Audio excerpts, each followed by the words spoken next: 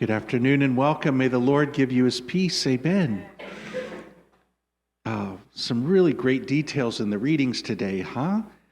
This chapter 11 of the book of Hebrews kind of is telling us all these Old Testament saints and all the amazing things they did and things they suffered and how they remained faithful to that. We can add to this list all of the saints of Christian history, including today's Saint Blaise, bishop and martyr from around 315 AD, and so many saints who, suffered, and because of their faith, they were able to persevere through their trials, and it's really, really an amazing thing. This point is being complemented today by the story of Jesus healing this man from the demons who go into the pigs. Now, there are some really interesting background details to this story. So first of all, this area was a Gentile area called the Decapolis. There were 10 villages or cities that had kind of come together, and they had a little piece of the shore of the Sea of Galilee. So we know that Jewish people don't eat pork, and so there's no Jewish pig farms. This is a Jewish, non-Jewish area, Gentile area.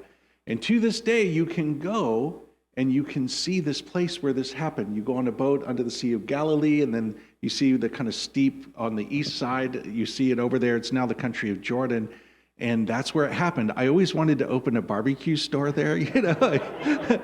We have a guy on 31 here, Real Deal Barbecue. It's like, hey, let's go open up on the shore of Galilee. What do you think? On the western side, over by the city of Tiberias, there's a McDonald's on the Sea of Galilee. And they have the St. Peter fish there, a.k.a. Filet-O-Fish, okay?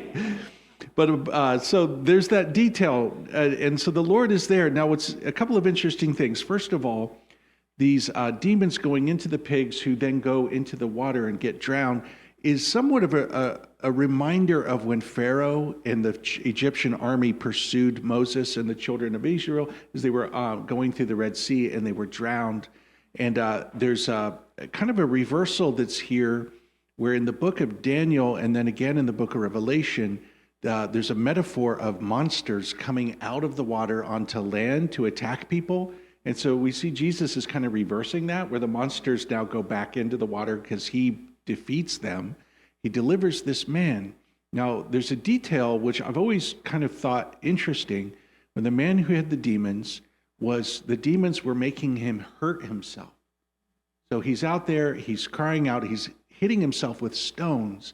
And I thought, this is such an interesting detail because, my friends, this is what the demons do. This is what sin does. We hurt ourselves. That's the nature of evil. You want to hurt others, and then you hurt yourself. And so Jesus comes to save us from that. And so we were told that many people tried to tie this guy up, but human chains were not strong enough to hold him. And that kind of speaks to us that we can't save ourselves. We're not strong enough to defeat the devil ourselves.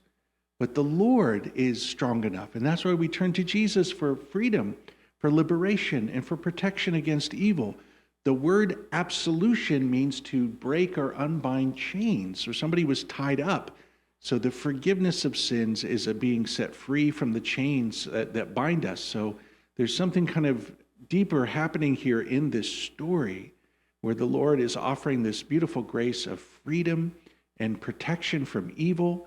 And we know that if the nature of evil is that the evil ones try to get people to hurt themselves, so the gift of faith does the opposite.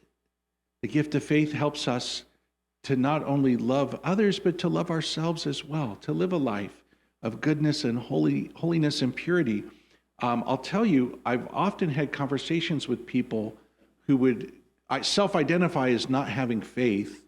And in those conversations, the idea has come out, maybe you've heard this as well, that, well, if you have faith, you're going to lose so much, right? God is going to take away so much joy, so much freedom, you're losing it all. Whereas in reality, the Lord is the one who gives us joy and freedom. He doesn't take away anything, but rather gives us so much. It's the imagery of the bird in the cage, right? Like some people think, oh, if you have faith, you're being put in this cage. Whereas in reality, having faith is being set free from the cage. So truly it is sin and evil that binds us, and it's only Jesus who can set us free. Amen.